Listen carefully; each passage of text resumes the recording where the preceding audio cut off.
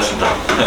날씨가 많이 추운데, 제가 마스크를 벗고 해야 되는데, 계속 애들을 끼고 안고 있다 보니까 학원에서 계속 감기가 잘 낫질 않아서, 오늘도 죄송하지만 마스크를 좀 쓰고 계속 하겠습니다.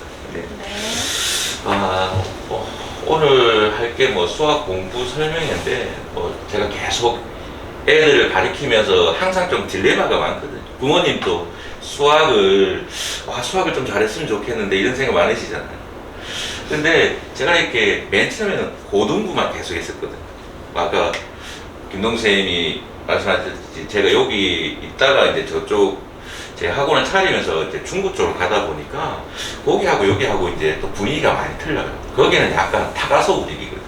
그러니까 애들을 끼고 안고 안 되는 애들 계속 끼고 안고 있어야 공부가 되니까 좀 많이 힘들어요. 그쪽에서 학원 생활을 하기. 근데 또 끼고 안고 있다가 또 애가 조금씩 나아지는 거 보면 이제 보람도 좀 느끼고 이제 한데, 맨 처음에 고등부를 계속 하다가 안 되겠다, 조금 일찍 교정을 좀 해야겠다 싶어서 중등부로 내리고 그 다음에 초등부로 또 내리고 이랬었거든요. 그래서 초등부를 하면서 좀 많이 느꼈던 게 뭐냐면, 애들이 너무 기계적으로 뭔가 공부를 한다라는 생각이 너무 많은 거예요. 그러니까 왜 맨 처음에 보면은 이렇게 한 단원이 끝나고 뭘 하게 되면 이 정리가 돼야 되는데, 애들이 정리를 안 하고 그 다음 걸 가다 보고 그 다음 걸 가다 보니까 나중에 앞에 거 또 기억 못 하고, 그럼 또 반복시키고, 그러니까 애들은 또 재미없어 하고 또 했던 걸 또 하니까 그런 부분이 많더라고요. 그래서 계속 이제 고민을 하다가 가면 제가 이때까지 이렇게 가르치던 방식에 문제점이 있지 않을까 이제 스스로 좀 되돌아본 거죠. 되돌아보니까 내가 너무 기계적으로 가르쳤나 이런 생각이 좀 들더라고요. 그래서 조금 고민을 하다가 계속, 저도 지금도 늘 고민을 하고 공부도 합니다. 수학생, 그러니까 쌤이라고 공부를 안 하면 안 되거든요. 그러니까 어떻게 가르칠 것이냐 이런 고민을 늘 해야 되고, 그래서 오늘 이제 여기서 말씀드릴 부분은 이제 애가 어떤 학원을 다니고 왔을 때 왜 얘가 잘하고 있는지 안 잘하고 있는지 분간이 잘 안 되잖아요. 그러니까 그런 부분을 어떻게 잘 배우고 있는지 그런 팁도 좀 알려드리고, 그리고 얘가 기계적으로 배우는지 아니면 정말 수학을 배우고 있는지 그런 팁도 좀 알려드리고 싶어서, 알려주고 싶어서 오늘 이제 요거를 이제 조금 설명을 드리겠습니다. 오늘 이제 내용 자체가 우리 아이 수학 공부법을 점검하는, 그러니까 어떻게 점검하느냐, 수학을 알 필요는 없습니다. 수학을 알 필요는 없고, 또 옛날 다 배워 계셨지만 어떤 부분에 기억도 있을 거니까 그런 부분을 약간 접목해서 내 아이가 어느 정도 잘 배우고 있는지를 확인하는 작업이 있을 거고요. 그 다음에 제일 중요한 게 이제 개념 공부인데, 개념 공부를 어떻게 시키는지 저는 이제 조금 틀을 좀 많이 잡았거든요. 그렇게 해서 지금 저희 학원에 있는 애들한테 좀 많이 시켜보기도 하니까 상태가 많이 좋아지더라고요, 상태가.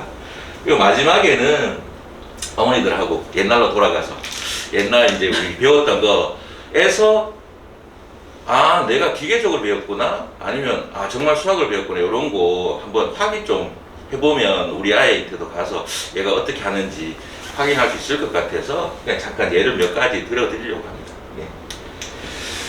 기계적인 수학 공부 방법이라는 게 뭐냐면요, 학원 보내고 또 인강 듣고 하잖아요. 애들이 학교 가서 듣기도 하고 그냥 듣기만 합니다. 이렇게 요즘 애들 멍하니 서서 듣고, 선생님이 이건 이렇다 이건 이렇다 하고 끝내고 그 다음에 유형을 또 쭉 풀어주거든요.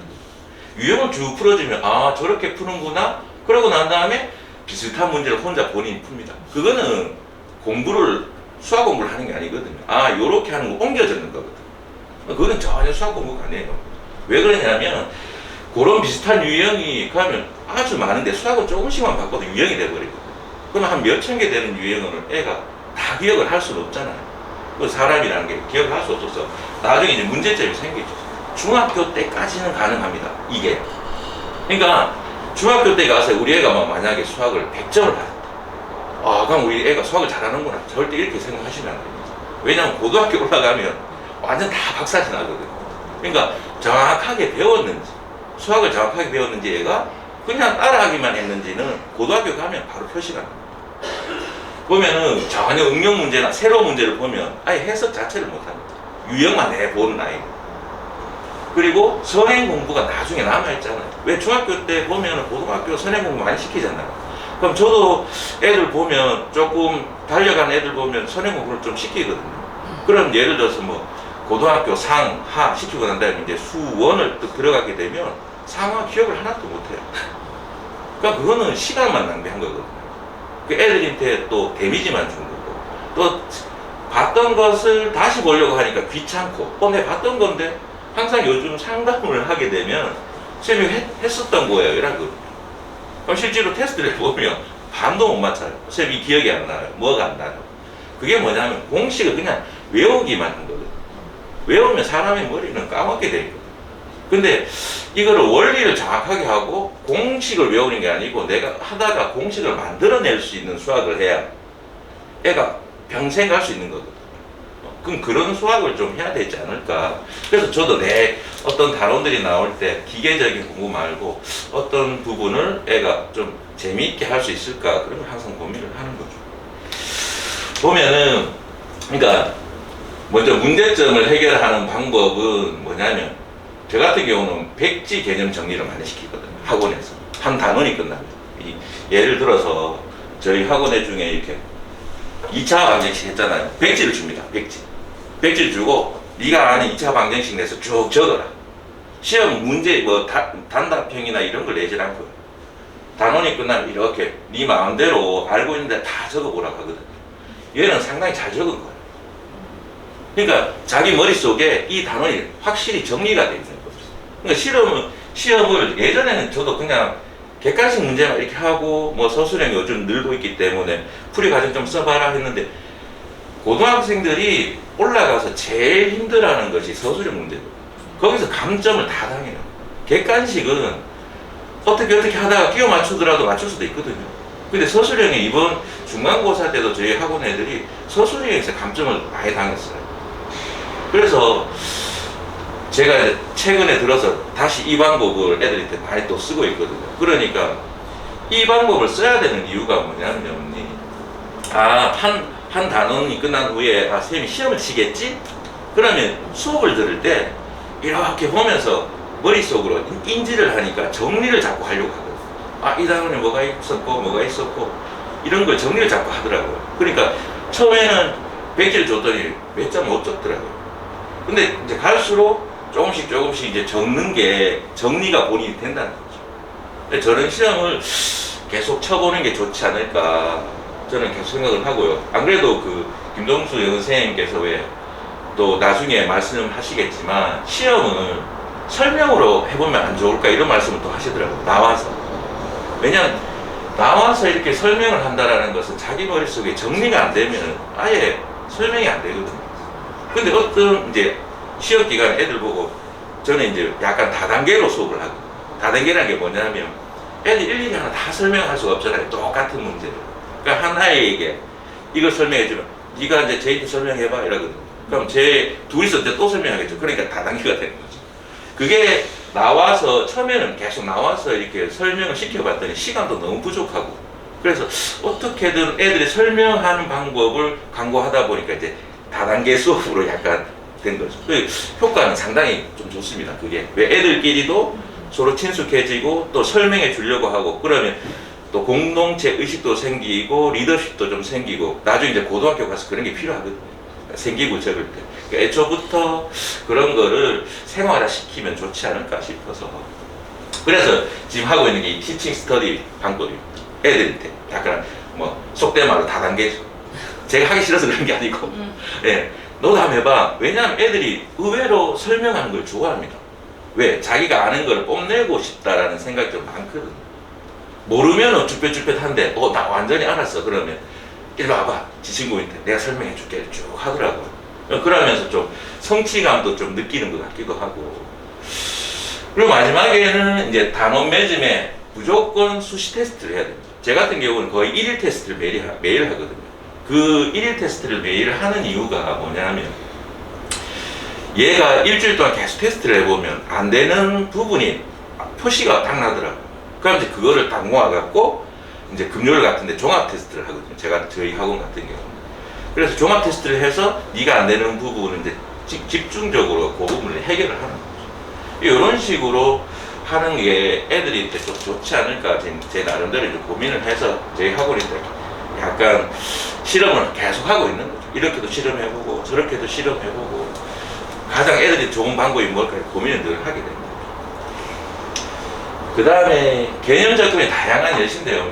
이제 아까 말씀드린 데 이제 옛날로 돌아가서 그러니까 애들이 제일 첫 번에 이제 수학을 배운 게 구구단인데 구구단 애들 막 외우게 하시잖아요. 그냥 외워 이러죠. 끝이죠. 근데 애들 그냥 처음에는 그냥 외워야 되지 하면서도 그냥 쭉 외워요. 외우고 난 다음에 제가 이제 예를 들어드릴게요. 2 곱하기 9 이건 잘합니다. 그럼 2 곱하기 9가 되면 이것도 돼야 되거든요. 2 곱하기 99도 그냥 나와야 돼요. 3초 만에 나와야 돼요. 그 다음에 이것도 한 3초 만에 나와야 돼요. 근데 이게 왜 어떻게 나와야 되냐면 원리를 정확하게 이해를 하지 않고 외우면 안 나오죠. 그러니까 저 같은 경우는 애들한테 그러니까 이렇게 정확하게 설명하려면 2 곱하기 9가 있으면 이거 제가 사용 안 해봤어요. 저희 학원에는 다 이거 매직이거든요. 이렇게 돼 있으면 왜 이렇게 동그라미가 9개가 있다고 생각을 하면 두 줄이 있는 거거든요. 두 줄을 갖고 쭉 해서 하면은 근데 사람이 제일 쉬운 수가 뭘까요? 제일 쉬운 수가 10이거든요. 왜 우리 손가락 10개잖아요. 그래서 또 우리가 쓰고 있는 게 십진법이거든요. 그래서 9개로 보지 말고 10개를 봐라. 그러면 쉽잖아요. 20개, 20개에서 2개 빠졌네? 이러면 쉽거든요. 그러면 두 번째도 바로 답이 나와요. 저거를 99가 아니고 그렇죠. 100개라 생각하면 100개가 2개니까 200개. 거기서 2개 빼니까 198개 이렇게 되는 거죠. 이게 쭉 나와야 되거든요. 그 애들이 이런 공부를 안 하니까 그냥 아까 말씀드린 대로 기계적인 공부를 계속 하는 거죠. 이 초등학교 때 시작이 이제 이 부분에서 잘못되고 있다는 게 벌써 시작되는 거죠. 그러니까 오늘 혹시 나가셔서 뭐 항일 높아도 괜찮습니다. 항일 높아도 맨 처음에 2 곱하기 9 얼마인데 가면 엄마 나 이거 무시하는 거가 이렇게 할 거거든요. 그럼 그 밑에 딱딱딱 적어보세요. 그럼 뭔데 빨리 대답해라. 그러면은 답이 대부분 안 나올 겁니다. 제가 봤을 때는 거의 안 나오더라고요. 답이. 지금 또 초등학생들이 문의가 오면 저희 물어봐요. 2 곱하기 9가 뭔데? 그러니까 18요. 그러면 2 곱하기 99는 뭔데? 하면 답이 이러거든요. 이거 하고 있는 거죠. 왜? 99 해놓고 2, 98 그것도 알고는 있어야 됩니다. 왜냐하면 학교에서 네모해서 끼워넣기가 나오거든요. 그러니까 그게 일반화된 공부 방식이긴 한데 효율적이진 않다라는 거죠. 그러니까 수학이라는 건 저는 그렇게 생각하거든요. 여러 가지 방법을 알되 어떤 문제는 아까 말씀드린 대로 99 곱하기 이렇게 해서 풀면 쉽게 되는 문제도 있고 아니면 정확한 원리를 알아야 쉽게 푸는 문제도 있거든요. 그런 거를 이제 어머니께서 이제 점검을 하실 때 그런 거를 보면 얘가 수학을 제대로 하고 있는지 아니면 정말 기계적으로 배우고 있는지가 표시가 나는 거죠. 저런 것도 할 수 있습니다. 저런 것도. 그러니까 1000이 2개다 했으면 2000에서 4를 빼면 되죠. 그러면 금방 되는 거죠. 두 번째가 이제 분수. 애들 분수에서 포기 많이 하고. 그러니까 애들이 포기하는 3단계가 있습니다. 분수. 그 다음에 중학교에서는 2차 방정식. 그 다음에 고등학교 올라가서는 미적분에서 완전 포기하죠. 근데 이 분수라는 게 처음에 들어와서 좀 물어보거든요. 시작할 때. 너 분수가 왜 생긴 것 같아? 물어보거든요. 예? 이러거든요. 분수라는 게 이게 우리가 예를 들어서 2 나누기 3 하잖아요. 그럼 이거 애들 일하고 있거든요. 0.짜짜짜짜짜 이러면서 선생님 이 언제까지 해야 돼요? 이라고 있거든요. 그래서 이렇게 안 하려고 만든 게 이거는 식이거든요. 식입니다. 근데 얘를 요 나누기 잘 보세요. 요게 뭐냐면 요게 분자, 분모라는 뜻이거든요. 그러니까 요거를 분자로 올리세요. 그래서 이거 얼마인데 그러면 3분의 2 끝이거든요. 그러니까 쉽게 하려고. 그러니까 수를 쉽게 보려고 만든 거거든요. 그런데 이제 이게 이렇게 되어서 이렇게 또 하고 있는 애들도 있거든요. 여기서 답이 끝내야 되는데. 그러니까 이유를 모르니까 그냥 막무가내로 하고 있는 거죠. 그러니까 정확한 이유를 알아야 여기서 끝내야 될지 또 개념이 무엇인지 파악을 할 수 있는 거고. 거기에서 응용이 되면 재밌습니다, 언니. 분수가. 요게 이제 요런 거고. 이거 보세요, 언니. 2분의 1 있잖아요. 그럼 저거 한 더 해보실래요? 2분의 1, 4분의 2, 그 다음 6분의 3, 8분의 4잖아요. 다 똑같잖아요. 그런데 저기 잘못 분리를 시키면 2분의 1과 2분의 1을 더한 거잖아요. 그냥 같은 겁니다. 그 다음에 2분의 1과 4분의 1, 4분의 1이 역시 2분의 1이잖아요. 같은 겁니다. 그런데 이게 왜 중요하냐면 이거 누가 큽니까? 라고 물어봤을 때 애를 통분하고 난립니다. 맞아.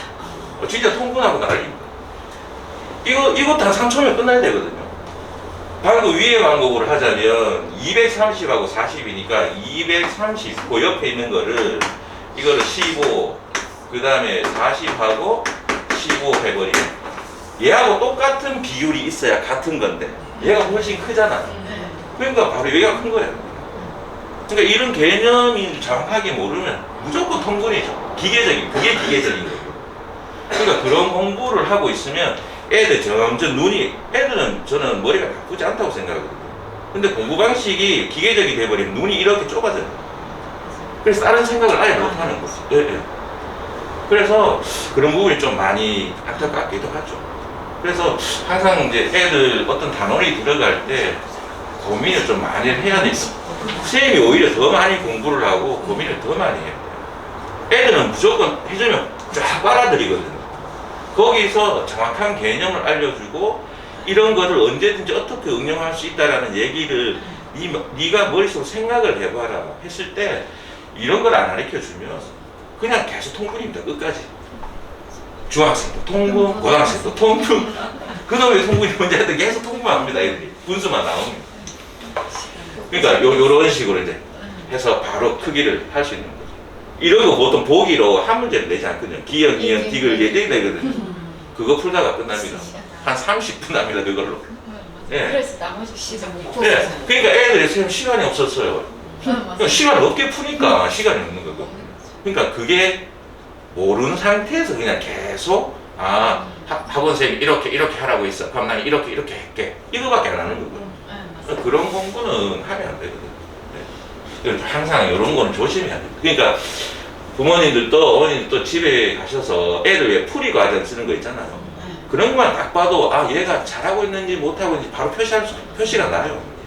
이런 거를 좀 알고 계시면 이런 거는 이제 나중에 상담할 때 아니면 카톡으로 이렇게 부모님께서 모르시겠으면 카톡으로 이 풀이 과정을 찍어서 학원 선생님한테 보내주면 됩니다. 보내고 이 풀이 과정이 이렇게밖에 안 됩니까? 물어보시면 됩니다.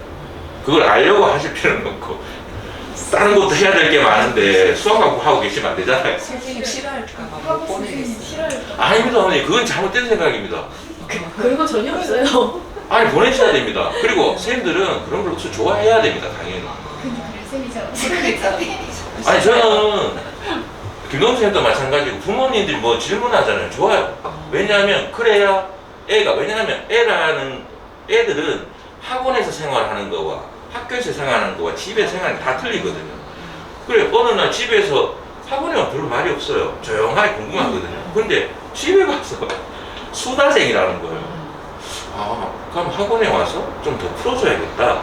좀 편안하게 해줘야겠다. 이제 저도 그런 생각을 할 수 있는 거잖아요. 이 소통이 돼야 됩니다. 소통이 안 되면 학원에 왔을 때 얘는 그냥 얌전하구나 이렇게밖에 생각이 안 들거든요. 그래서 그런 거 있으면 언제든지 카톡으로 선생님 지금 요렇게 공부했는 게 보이는데 잘하고 있는 건가요? 이렇게 한 번씩 궁금하시면 찍어서 보내갖고 확인하시는 게 좋습니다. 그럼 괜히 애들 어디까지 해야지 뭐까지 해야지 이거는 더 안 좋거든요. 그거는 학원 선생님들이 정확하게 알아서 얘 수준에 맞게 하는 거거든요.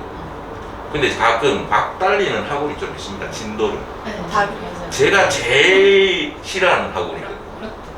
아니 왜냐면 예전에 이제 고등부만 할 때 제 학원이 다른 주위 학원에서 이제 중등부 다니다 고등부 저희한테 다 오는 거예요. 그래서 어디까지 했는데 상하나 다 뗐어요. 그래? 그럼 선생님이 그것도 어려운 문제를 주지 않거든요. 기초 문제를 주거든요. 반도 못 맞춰요. 뭘 했는데? 기억이 안 났어요. 기억이 안 나면 공부를 안 한 거거든요. 그러니까 저는 항상 저도 학원을 하고 있지만 조금 학원이 보여주시기식의 뭐 이렇게 운영을 하면 안 된다 생각하거든요.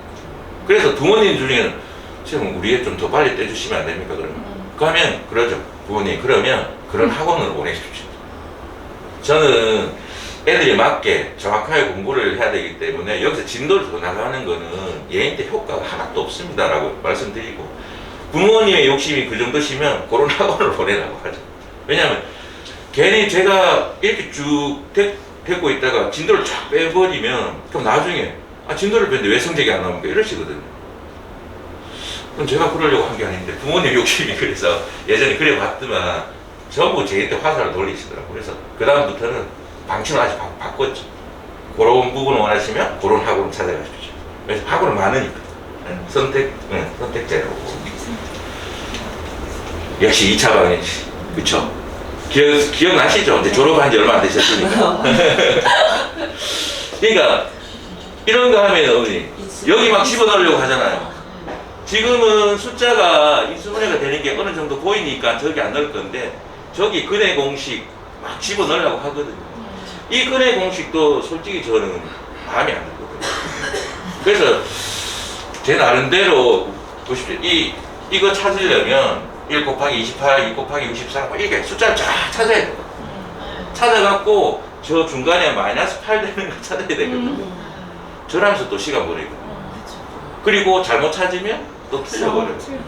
그래서 정확한 개념을 이제 알려주는 거죠. 그러니까 어떤 두 개의 근이 있을 때 두 개 곱해서 2차가 된 거다. 그래서 이제 이런 식을 만들어 놨을 때 요 다음이 중요합니다.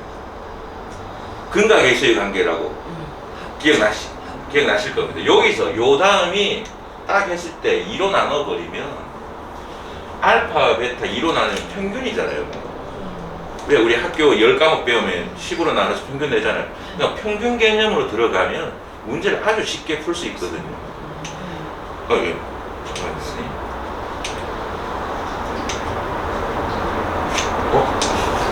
이게 멈춰버렸네.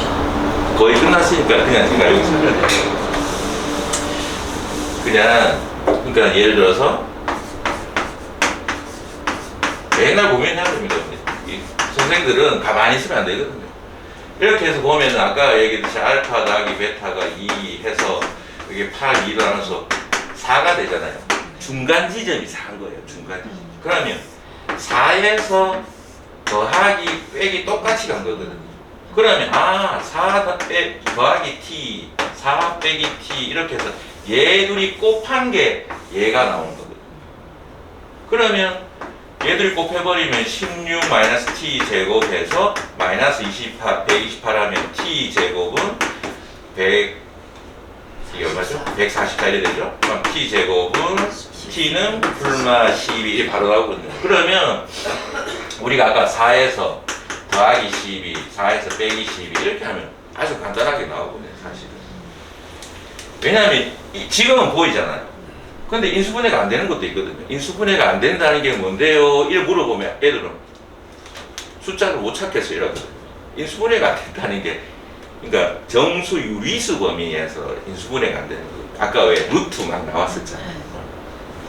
그런 부분에서 안 되는 거지 무조건 2차 방정식은 인수분해가 다 돼야 되거든요. 다 돼야 돼요. 그래서 이런 부분도 애들한테 처음에는 그냥 저도 그냥 공식을 유도해서 이렇게 해줬어요. 그러니까 애들이 미치려고 그러는 거예요. 선생님 문자가 너무 많아요. 이러면서. 그럼 좋다고 하면 이제 다른 방식으로. 그러니까 한 가지 방법이 아니라 이런 방법도 있고 이런 방법도 있다. 하지만 네가 이 방법이 좋다고 해서 이 방법만 편식을 하면 안 된다. 왜냐하면 학교 시험이라는 게 일반화시켜서 내기 때문에 그러니까 점검을 할 때 이 방법을 써라. 네가 맞는지 틀렸는지 그런 식으로 얘기를 해주는 거죠. 이제 마지막으로 수열인데요. 수열은 고등부 과정입니다. 근데 초등학생도 할 수 있습니다. 근데 작년인가 재작년인가 수열 문제인데 초등학생도 풀 수 있는 문제를 낸 적이 있습니다. 근데 무려 4점이었습니다. 그게 무려 4점이었습니다. 자, 그럼 제가 한번 해볼게요. 예를 들어서 5, 8 예를 들어서 11, 14 이 다음 수가 뭘까요? 17이겠죠. 그러니까 여기까지는 애들 잘합니다. 애들 잘하거든요. 그러면 100번째 수는 뭘까요? 이랬을 때 또 턱 막히거든요. 그러니까 이게 원리를 모르기 때문에 턱 막히는 거예요. 예, 저 같은 경우는 이제 이렇게 해서 5개가 있었잖아요. 요 3개씩 증가하잖아요. 3개씩 증가. 그러면 3개가 증가했네. 또 3개가 증가했네. 3개가 증가했네. 쭉 가는 거죠. 그러면 100번째 또 3개가 있겠죠. 그러면 요거 2개를 요 앞으로 딱 보내버리면 직사각형이 되니까 쉽겠죠. 이렇게. 그러니까 3이 100개가 있겠죠. 그러니까 300에 더하기 2가 됩니다. 그죠? 그러니까 이게 금방 찾을 수 있다는 거예요. 그럼 이걸 갖고 아까 말씀드렸듯이 식도 만들어낼 수 있는 거죠. 그러면 100번째가 아니고 n번째는 뭘까? 이렇게 얘기를 하면 3이 n개가 있고 더하기가 2잖아. 이게 수열에서 일반항을 구한 거거든. 그러니까 초등학생도 할 수 있는 거예요. 이런 거. 그리고 여기에서 이제 또 이런 것도 할 수 있죠. 만약에 이런 거 한번 해볼까요? 만약에 5, 15, 20, 25, 30 이거 다 더하면 얼마일까요? 이렇게 물어보고 계산하고 계시죠. 요 보면 5씩 다 증가하잖아요. 그럼 여기 요걸 기준으로 해서 여기는 더하기 5 여기도 또 계속 이렇게 갈게요. 더하기 5 그럼 얘 기준에서 올라가면 빼기 5죠. 올라가면 빼기 5입니다. 그러니까 5개 일러주면 다 20이 되겠죠. 그러면 20이 5개네. 그럼 100 바로 나오는 거죠. 그죠? 이런 문제가 나왔었습니다. 수능에 4점짜리. 어떻게 나왔었냐면요. 자, 이 보시면 어떤 수를 기준으로 해서 똑같은 간격으로 커지면 이게 딱 중간에 있는 값이 되잖아요. 근데 뭐 문제 그때 14번이었는지 모르겠습니다. 우리가 이렇게 증가 요래하는 요 값을 보고 공차라고 하거든요. 공통되는 차라고 해서 공차는 양수입니다. 그래 놓고 조건을 이렇게 준 거예요.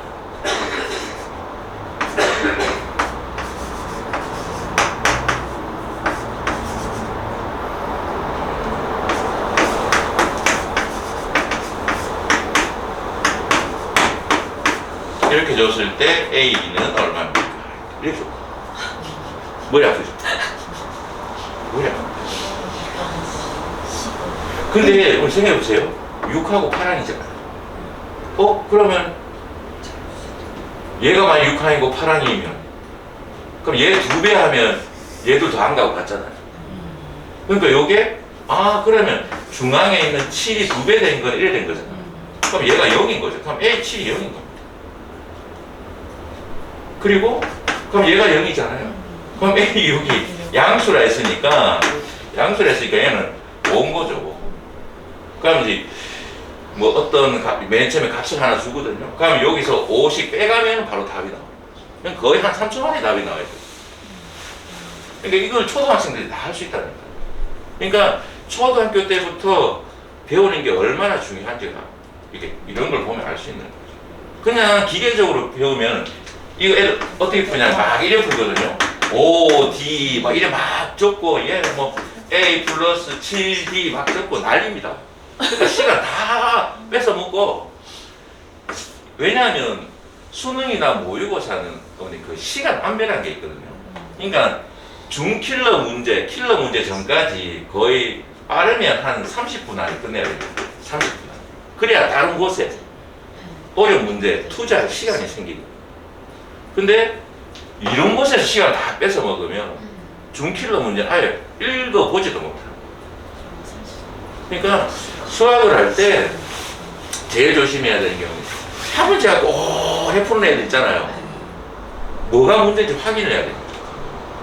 얘가 문장을 읽는데 문해력이 없는지, 아, 이 말이 무슨 말인지 모르는지, 아니면 문장은 이해했는데 뭔가 복잡하게 계산하고 있다? 그러면 그거는 기계적으로 공부한 아이. 그런 거를 체크를 꼭 하셔야 돼요. 네. 그런 거 체크가 안 되시면 아까 말씀드린 대로 사진 찍어서 카톡으로 딱 보내주시면 아, 얘가 제대로 풀었는지, 수학을 제대로 하는지, 이런 거는 이제 학원 선생님들 체크를 다 해주시죠. 그거 싫다고 하는 학원에는 안 보내시는 게 좋습니다. 그 중간에 이 슬라이드가 왜 멈추는지 모르겠는데, 제가 오늘 어머니한테 하고 싶은 얘기는 그런 겁니다. 그러니까 진도가 중요한 게 아니고, 진도는 어머니, 왜 우리 애들 키워보면 어렸을 때 걸음걸이가 느린 애도 있고 걸음걸이 빠른 애들도 있잖아요. 근데 나중에는 다 똑같이 걷잖아요. 근데 잘 걷지 못하는 애한테 뛰라고 자꾸 얘기를 하면 얘는 엎어지거든요. 그러니까 잘 뛸 수 있게끔 주요 환경을 만들어줘야 돼요. 근데 그 환경이라는 게 부모님만의 몫이 아니고 저희들의 몫이기도 하고, 그러니까 예전에는 왜 동네에서 한 아이를 키우려면 그 동네 사람들이 다 같이 키운다고 하잖아요. 그게 저는 변하지 않았다고 생각하거든요. 그게 조금 방향이 다 바뀐 것 뿐이지. 그러니까 지금 애들이 생활 공간이 학교, 학원, 집 대부분이 이러니까 요 삼각 라인이 잘 그냥 애를 키울 수 있도록, 바른 길로 갈 수 있도록 만들어줘야 되는 게 몫이 아닐까 싶어서, 너무 혼자, 어머니께서 혼자 고민하지 마시고, 고민 있으시면 뭐 김동생님한테 문자하셔갖고 이런 부분이 있습니다, 뭐 과목의 문제점이라든지 뭐 수학의 문제점이 있으면 뭐 김동생님이 언제든지 하고 또 항상 얘기를 말씀하시니까, 많이 하시니까 그런 부분은 항상 염려하지 마시고, 오늘 말씀드리고 싶었던 것은 이런 겁니다. 그러니까 수학이라는 게, 원리라는 게, 그 다음에 공부할 때 어머니 아까 계산 막 적고 공식 유도하면 애들 싫어합니다. 그러니까 수학에 재미없어 하거든요. 그러니까 수학에 먼저 재미를 줄 수 있는 상황을 만들어줘야 돼요. 흥미를 갖게 만들어주고 해야 애들이 성취감도 느끼고, 오, 재밌는데 이렇게 느낄 수 있거든요. 그런 부분은 뭐 저희의 몫이니까. 근데 집에서 어머니께서 꼭 확인하고 싶은 부분은 아까 말씀드린 대로 이런 거 잘 좀 기억하셨다가, 아, 우리 애가 잘하고 있나? 이렇게 한번 보시고, 그렇게 해서 좀 항상 좀 어릴 때는 응원을 좀 많이 해주시고, 왜냐하면 막 야단을 치어버린 애들은 기가 죽거든요. 그러니까, 그리고 계산을 많이 틀려도 괜찮습니다, 어렸을 때. 왜냐하면 어릴 때 애들은 이렇게 빨리 돌아가거든요, 머리가. 몸이 못 따라가요, 손이. 그래서 막 틀릴 때가 많거든요, 연상 같은 거는. 그러면 10개 중에 한 반은 맞았다, 그럼 알고는 있는 거예요. 근데 이게 빨리 돌아가다 보니까 손이 못 쫓아가요. 그래서 틀리는 경우도 많아요. 그러니까 요거 잘했네, 요건 조금 더 신경 써볼까, 이렇게 칭찬 위주의 어릴 때는 해주시는 게 더 좋습니다. 그러면 본인들이 이제 학년이 올라가다 보면 이제 욕심도 내게 되고, 욕심 내면 이제 자기가 뭘 하고 싶다라는 생각도 하게 되고 하니까, 어릴 때 너무 이렇게 꽉꽉 조이지 마시고. 안쓰럽잖아요, 애들. 학교 갔다가 학원 갔다가, 근데 학원 와서 좀 이제 될 수 있으면 좀 즐겁게 해주려고 노력을 하긴 하는데, 또 집에 가서도 막 엄마한테 막 잔소리 들으면 힘들거든요. 그러니까 열심히 하고 왔니? 오늘도 수고했다, 이렇게 한마디씩 해주시면 애들도 집에 갈 때 좀 편안하게 갈 수 있는 마음가짐이 되지 않을까. 항상 이제 애들 위주로 생각을 해야 되지. 부모님, 제가 항상 이제 부모님이 좀 싫어하는 말씀이긴 한데, 부모님의 욕심으로 애들을 끌고 가지 말았으면 하는 게 항상 제 바람입니다. 오늘도 아까 김동생님이 말씀이 좀 길어지셔갖고 제가 오늘 중간에 조금 많이 날렸습니다. 근데 중요한 건 다 얘기했으니까. 네. 예. 오늘도 저번에는 영재학교 설명을 했었는데 그때 한 번 오셨거든요. 오늘 또 세 분이 오시니까 더 힘이 나네요. 다음에도 또 자주 참석해 주시고. 네. 예, 예. 감사합니다. 감사합니다.